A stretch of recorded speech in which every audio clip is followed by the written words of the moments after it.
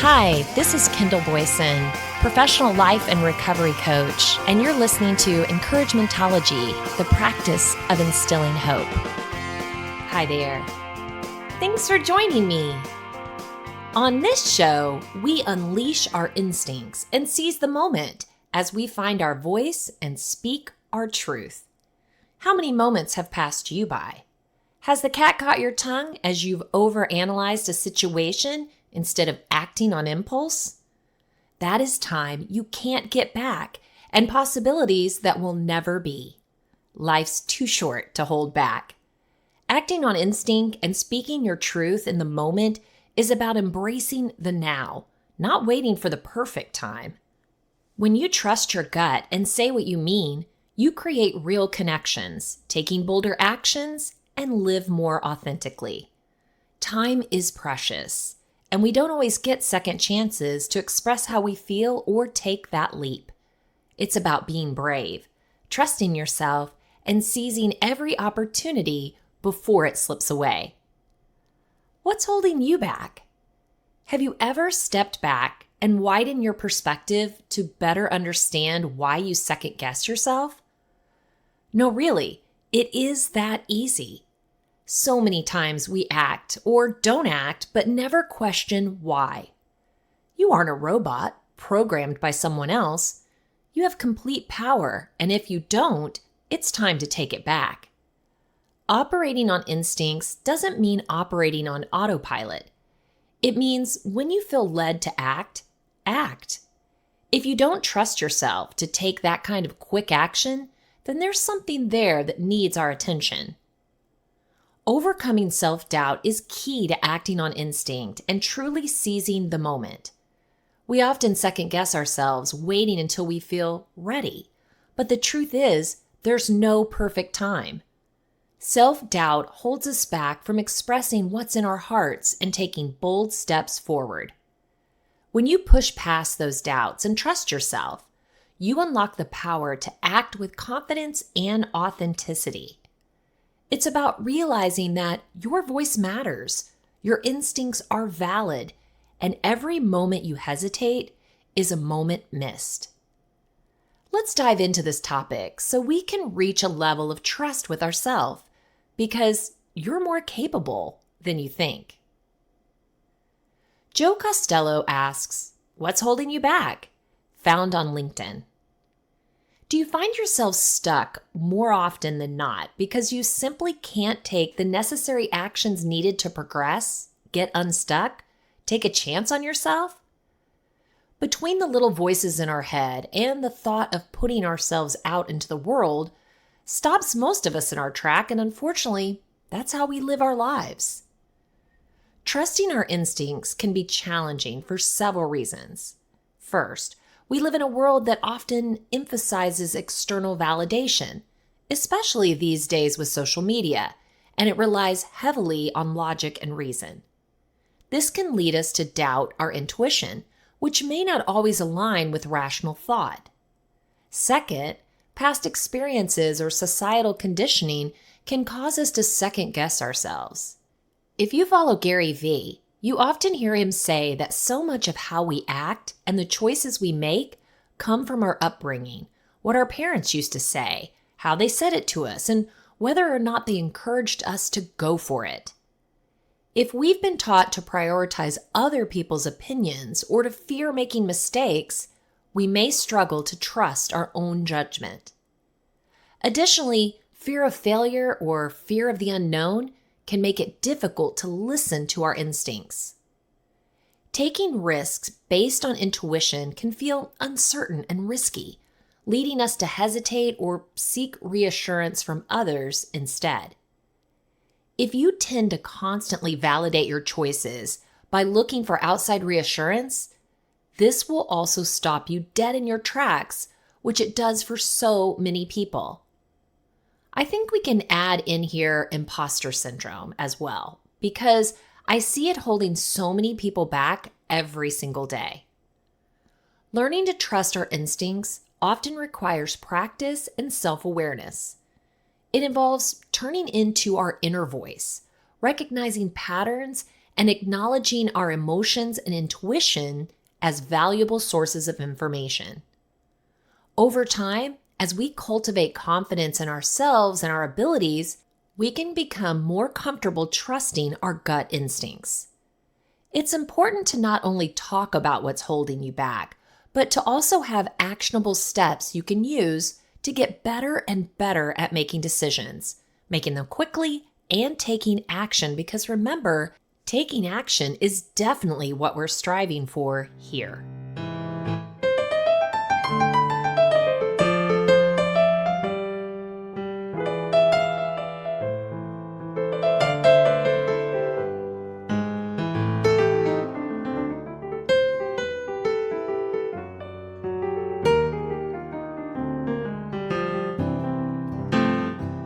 So here are 15 steps you can take to help build trust in your instincts and intuition.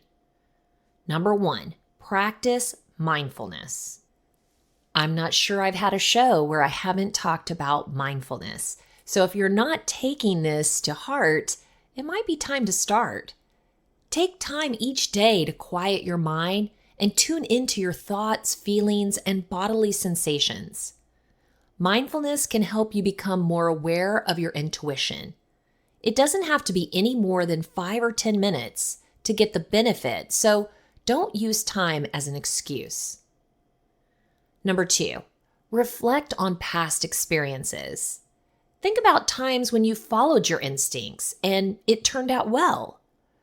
Reflecting on those experiences can reinforce your confidence in your intuition. Number 3, write it down. Keep a journal to record your thoughts, feelings, and intuitive hunches. Writing things down can help you better understand and trust your inner voice.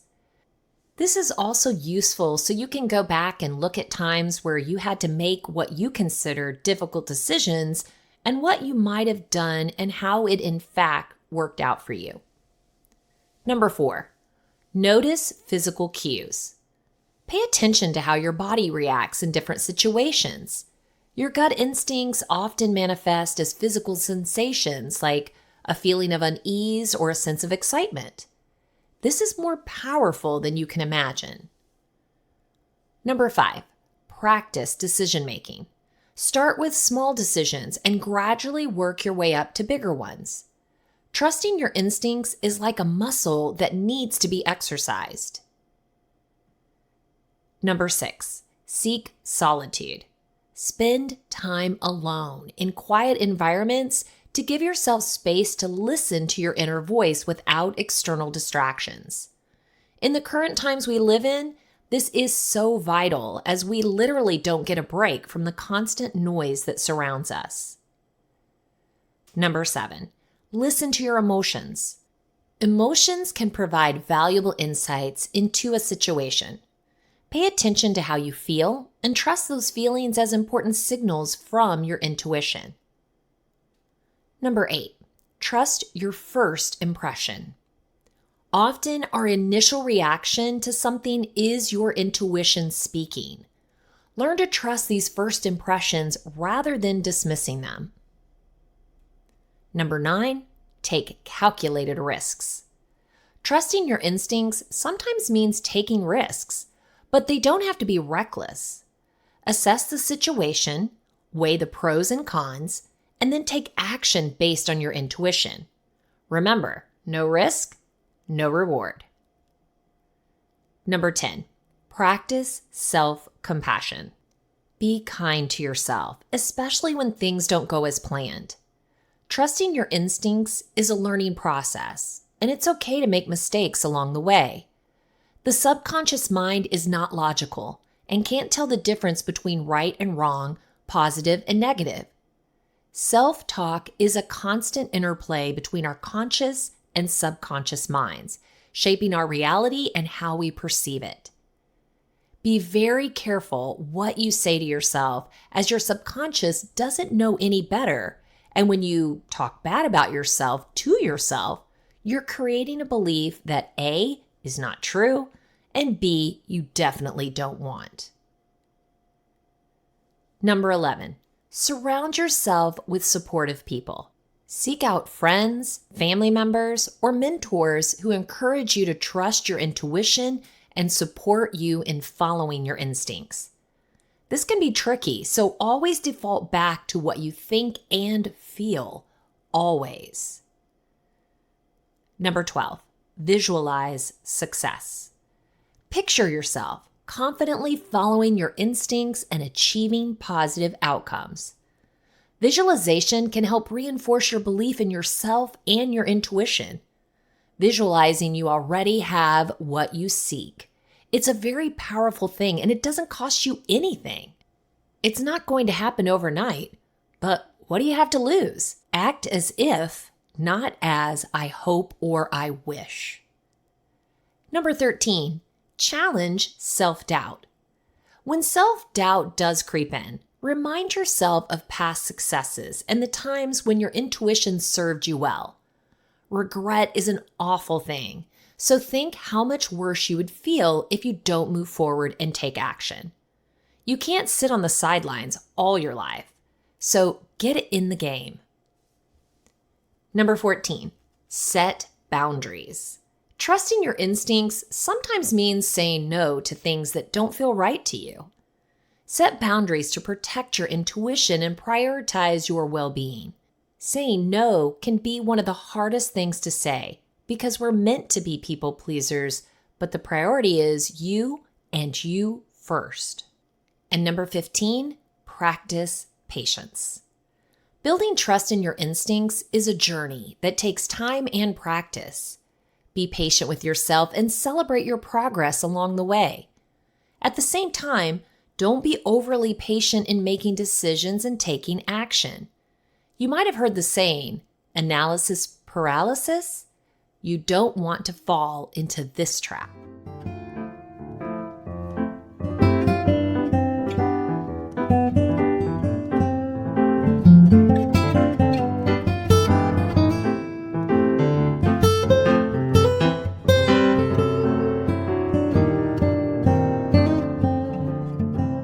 I'm not sure I've ever met a stranger, and I usually think I can versus I can't. It sounds simple to me, but I realize that's not the norm. That doesn't mean I don't struggle with insecurities. I do, plenty of them, but self-doubt is not one of them. I'm not sure if it is a half glass empty, half full thing, but I think I can until it's proven that I can't. This is in alignment with the whole chocolate chip cookie thing. I think everyone likes me until someone shows me that they don't. Before you tell me to ditch the rose-colored glasses, hear me out. This line of thinking means I don't struggle with self-doubts or what-ifs. I go into any situation believing it's going to go the way that I think it will, which helps me eliminate or at least lessen self-doubt and fear. Could you do the same thing? Maybe not immediately, but with some practice, you could move in that direction. On Mel Robbins' YouTube channel, I found some important tips on what's the quickest way to success. Ending this one habit. Curious? If you're not sure who Mel Robbins is, she's an American podcast host, an author, a motivational speaker, and a former lawyer.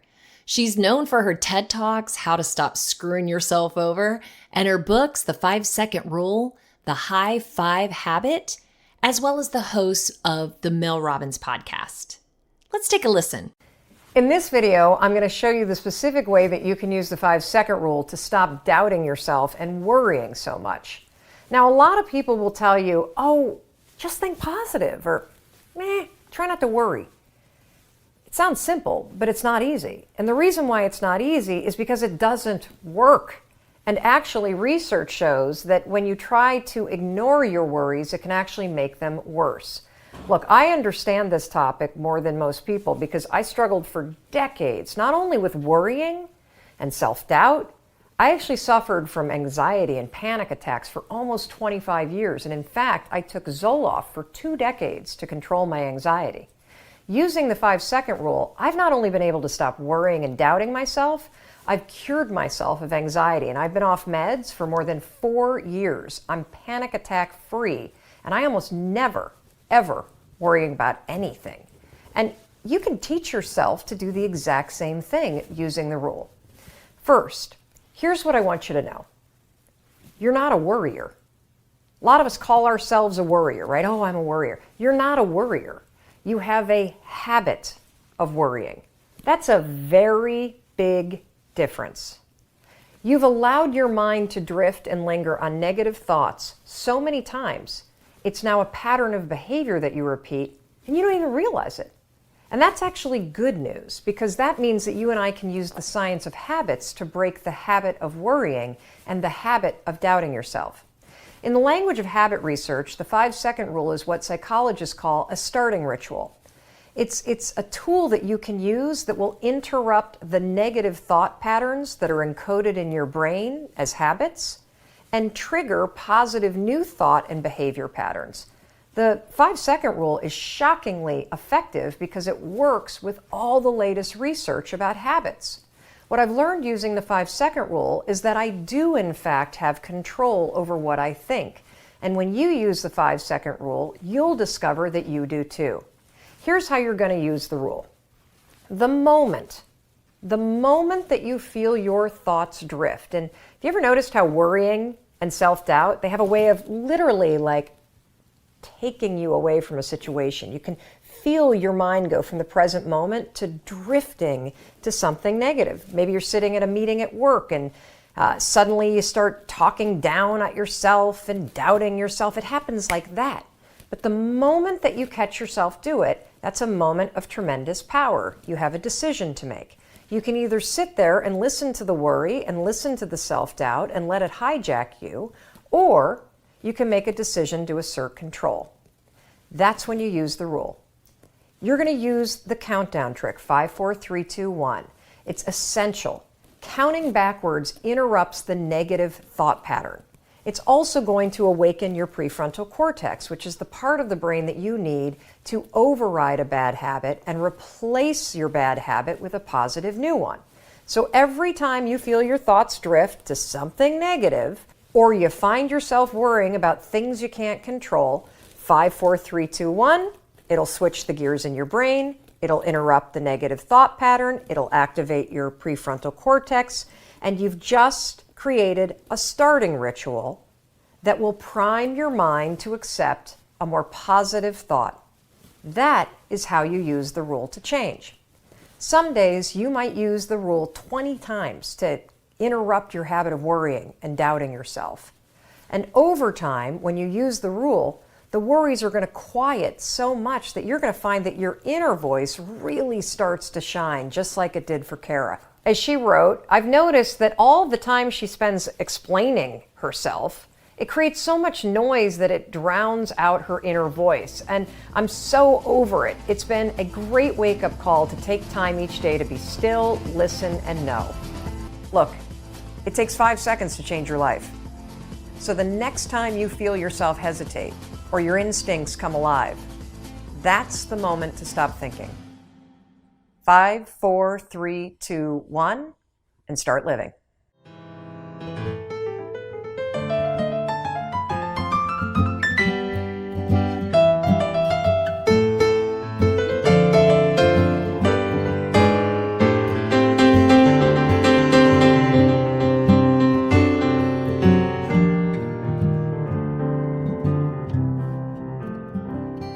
Building trust in yourself is about developing confidence in your abilities, decisions, and instincts. It's a process that takes time, self-awareness, and practice, as we've already established. So here's some additional thoughts on how to help you build that level of self-trust. Keep promises to yourself. You're important. Start by setting small, achievable goals and following through with them. You deserve it, whether it's sticking to a daily habit or completing a task. Honoring your commitments to yourself builds self-trust over time. Acknowledge your strengths. That isn't always easy for us to do, but reflect on what you're good at. Make a list of your strengths, skills, and your past accomplishments. I think you'll be surprised with what you write down. Recognizing your capabilities reinforces the belief that you can handle future challenges. You're way more capable than you think you are. Learn from mistakes, but don't dwell on them. Mistakes are inevitable. We all make them. But instead of beating yourself up, see them as learning opportunities. And that's not always easy. But when you accept that errors are part of growth, it helps you feel more comfortable taking risks and trusting your judgment. We're all going to fail. But if we don't take that first step, we'll never know if we'll succeed. Be decisive, and you can start small. Practice making decisions without overanalyzing, or this is important, seeking constant reassurance from others. This builds trust in yourself, and trusting yourself in small decisions helps you build confidence for bigger ones. Even if the outcome isn't perfect, you'll learn that you can handle it. We already talked about it, but self-compassion is a practice. So be kind to yourself, especially during tough times, because self-criticism erodes self-trust, while self-compassion fosters a sense of security in your ability to handle whatever comes your way. Honor your values. Stay true to what matters to you. When your actions align with your core values, it reinforces your belief in yourself, and it gives you a clear sense of direction. Listen to your instincts. Begin trusting your gut feelings. Acting on small intuitive decisions builds a sense of self-reliance. The more you follow your instincts, the more confidence you'll gain in their accuracy. We talked about the need for boundaries. Protect your energy and well-being.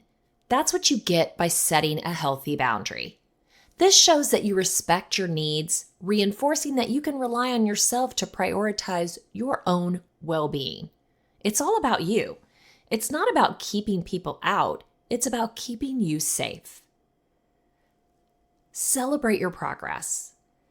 No matter how small, recognize and celebrate your achievements. Each time you succeed or make a positive decision, it will strengthen your belief in yourself. And of course, surround yourself with positivity. People that believe and pour into you provide positive reinforcement, which will boost your self-confidence and trust in your own abilities. Building trust in yourself is about consistently showing up for you, learning from the journey, and practicing self-kindness. As you cultivate this self-trust, you'll become more confident in your decisions and actions. It's about breaking habits and inviting in more positive habits. Have you heard of James Clear's Atomic Habits? Atomic Habits is a best-selling self-help book that focuses on the science of habit formation and how small, consistent changes can lead to remarkable results over time. James argues that the key to personal transformation isn't making massive changes overnight, but rather making tiny, incremental improvements consistently. Think we could do that? I bet we can. Let's dig into some of the core concepts so we understand this. The power of small habits. That's what it's all about. Atomic habits are building blocks of significant personal growth. These habits may seem insignificant at first, but when they're compounded over time, they can create transformative change. There are 4 laws of behavior change. Clear introduces a framework for building good habits and breaking bad ones, and he uses just 4 key steps. I think we can remember 4. So the first one is cue. That is the trigger that initiates the habit. Okay? Craving. That's number 2. The motivation or desire to perform the habit. Number 3 is response. The action or behavior you take as a result of the craving. And number 4 is reward. the benefit or satisfaction you gain from completing the habit. So you get a cue or a trigger. It initiates a craving. Based on that craving, you have a response. And when you give in to that, you get a reward. To make habits stick, James outlines the 4 laws for creating good habits. Okay? Here's the 4 laws. These are easy. We can break this down into just 4s. So cue, make it obvious. Craving, make it attractive. Response, make it easy. And reward, make it satisfying. So we can take those negatives, if you think about your bad habits of getting a trigger, initiating craving, response, reward, we can turn that process into a good habit. But in order to make it stick, we have to kind of follow some of the same laws, which is cue, craving, response, reward. So cue, make it obvious. Craving, make it attractive. Make it something that's really desirable.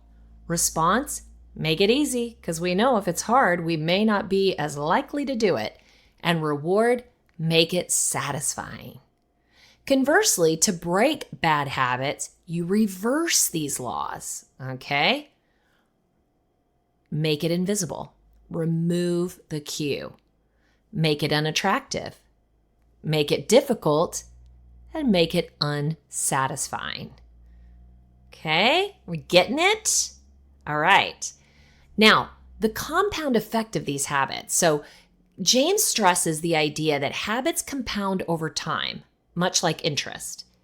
Even a 1% improvement each day can lead to significant results over months or years. This approach highlights the importance of consistency and patience when working on long-term goals. 1% improvement. That could be a great goal. It might mean that it turns slowly, but we can keep striving for that small incremental change. A key insight in the book is that habits are more likely to stick when they're tied to your identity. Instead of focusing solely on outcomes, like I want to lose weight, Clear suggests focusing on the type of person you want to become. I'm a healthy person who exercises regularly. This shift makes it easier to align your daily actions with your long-term aspirations. Your environment plays a critical role in shaping your habits. Clear argues that setting up your surroundings to support positive habits and removing triggers for negative ones is essential for success. For example, placing healthy snacks in an easy-to-reach place or keeping distractions away from your workplace can significantly impact your behavior. Have you ever heard of habit stacking? This is the idea of linking new habits to existing routines. By attaching a new behavior to a well-established habit, like after I brush my teeth, I'll meditate for 2 minutes, you can build new habits more easily because the existing routine acts as a positive trigger.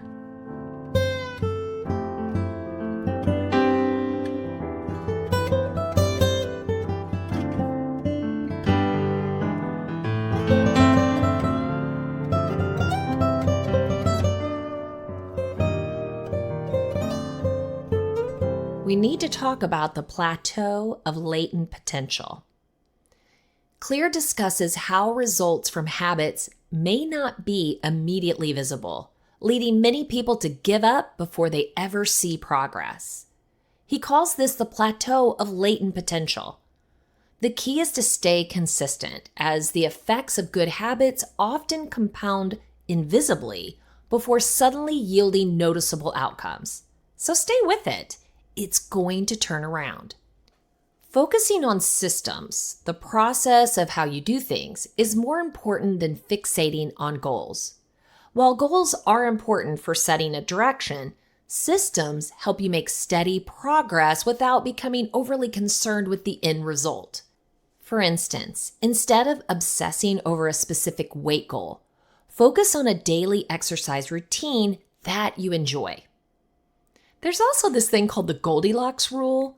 This concept suggests that people experience peak motivation when working on tasks that are just at the edge of their current abilities, neither too easy nor too hard. Clear advises that by consistently challenging yourself at this level, you can maintain focus and motivation. Atomic Habits provides a practical research-backed guide to habit formation, emphasizing that small, manageable changes made consistently over time can lead to massive, lasting improvements in your life. The book is a blueprint for anyone looking to build positive habits, break bad ones, and achieve long-term success through consistent, incremental progress. I, for one, am going to look at my habits a little bit differently, consulting the 4 laws of behavior change. But let's do it today, because time is of the essence. At my saltwater skyline, I found time is precious, making the most of each moment. To bring home the point that time is precious, let's start with this simple exercise. Count the days you've been blessed with so far in this life. This author has lived 17,183 days on the earth. That's 47 years and change for anyone who's wondering. She said, "I've been thinking about those days, wondering what I've done with them. Have they been productive? Have I lived them to their fullest from a place of love? Did I recognize that time is precious? Or did I live a bit too much in a wasteful kind of way?" When I think about this, it makes me both grateful and a little sad, if I'm honest. Thinking about the incredible memories those thousands of days come with makes my heart feel full, but I'm sad about the loss of opportunities in those lost days. The ones that disappear into the fog unnoticed. And yes, they too are sadly in their thousands. So a question for you. How many days did you count? How do you feel reflecting on those days and your time on this earth? Now on to the sticky part. How many days do you have left? Let's not look at this in any other way but positively. Don't let fear of the unknown or your impending demise steal the joy from what you have right now in this moment. I want you to leave this inspired to live your best life because time is precious. So look at that row of digits that represent your life so far. It's probably quite substantial if you're anywhere near this age. And ask yourself a question. What do you plan on doing with the rest of your digits? You might be motivated by the realization that there's no way of knowing how many more you have, and that's okay. Use the motivation to create a life you love. I'm not someone who dwells too much on the past. I believe life is happening now, and that the tomorrow we dream of is being created by the way we show up today. But in saying that, there is still value in the experiences of the past. We learn from them, we cherish them, and we build our future around their influence on us. Take this lesson on how precious time is to reflect on your past and take all the good from it. Take it as a reminder to make the most of each opportunity. So let's get real here. Why is time precious? I mean, 17,183 days sounds like an awful lot. The thing is, those days are behind me now, aren't they? There's no do-overs, no second chances. You don't get to reset for the test that you failed the first time. Besides the air we breathe and the water we drink, time is the most precious thing we have.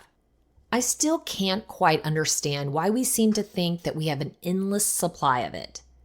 We humans are actually aware of our mortality after all. We suffer loss and overload ourselves with the reminder of death through news and television all the time. And yet, we can't seem to grasp the seriousness of this one simple lesson. Time is precious. Don't waste it. One of the biggest lessons here is to live a life without regrets. When the time comes, and it will, make sure you have celebrated every moment you were gifted on this earth. Don't be someone who saves the good dinnerware for a special occasion. Make today the special occasion. Make being alive your reason to celebrate. I mean, it's a pretty good reason, right? Spend it in love. What could be more important than spending your precious time with the people, places, and things that you love? The people that make your heart sing, that makes you feel like you belong, or the work that fills you with purpose and passion.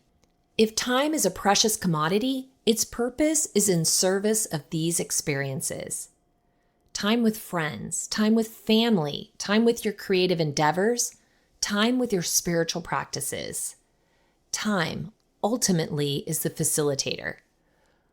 We make of it what we choose, so make sure you choose to spend it doing what you love with the people that you love. Sit down and consider your priorities. Are you spending enough time doing what you love?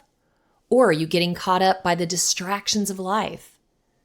Are you wasting minutes, even hours of your day staring at a screen instead of into the eyes of a loved one? One of the saddest things in our society is the disconnect we're suffering because of the technology that should be bringing us together. Real human connection is what this life experience is about, and definitely what you should be spending your precious time on. Spend it on growth. When you're looking back at your life and you get asked what you did with your lemons, will you say, "I made some good lemonade"? Learn to see every day as a new opportunity. It doesn't have to be earth-shattering, but if you work on being your best self in small ways every day, you won't have the nagging thought that you didn't squeeze all the juice out of those lemons. Some of the ways we can put this into action would be to be the best kind of person you can be. So treating people kindly, working on your patience, etc. Other areas of growth would be learning new skills that enrich your life or expanding your horizons through travel. Maybe travel's not your thing, but you really want to eat healthier or work out more. Whatever growth looks like to you, set a goal for yourself. Growth is a natural part of life, and the more growth, the less chance for regret. Spend it in service of others. When we realize that our joy is linked to the capacity to give joy to others, we see a new way of using that time that is so precious to us. Lifting others and bringing them with you on your journey into a happier life is one of the most rewarding things you can do.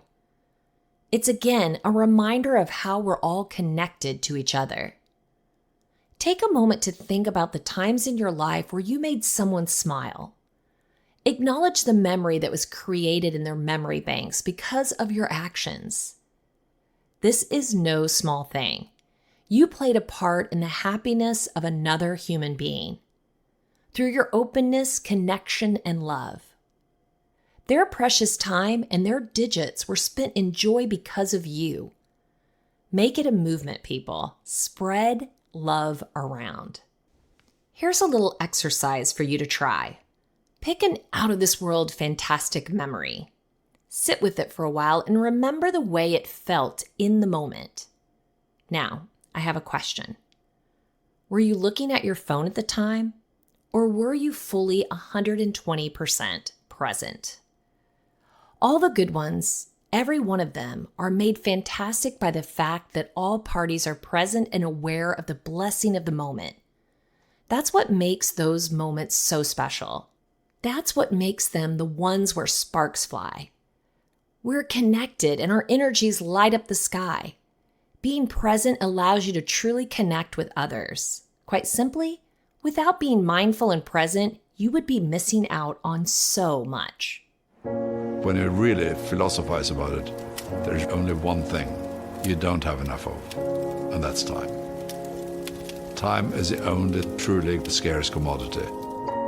And then, when you come to that realization, I think it's very important that you spend your time wisely. And I think most of us have no regrets about things we did. But I think we can have regrets about things we did not do. More people have come around to this, So what one wants in life is experiences. And that's a way of filling the time one has. And what better way of spending time than traveling, continuing to educate ourselves and broaden our minds. Here's some questions to get you thinking about your time. Is my time precious? What do I enjoy spending my time doing? What would I regret if I never got to do it? How can I be more present with my time? What area of my life could benefit the most from a little more time?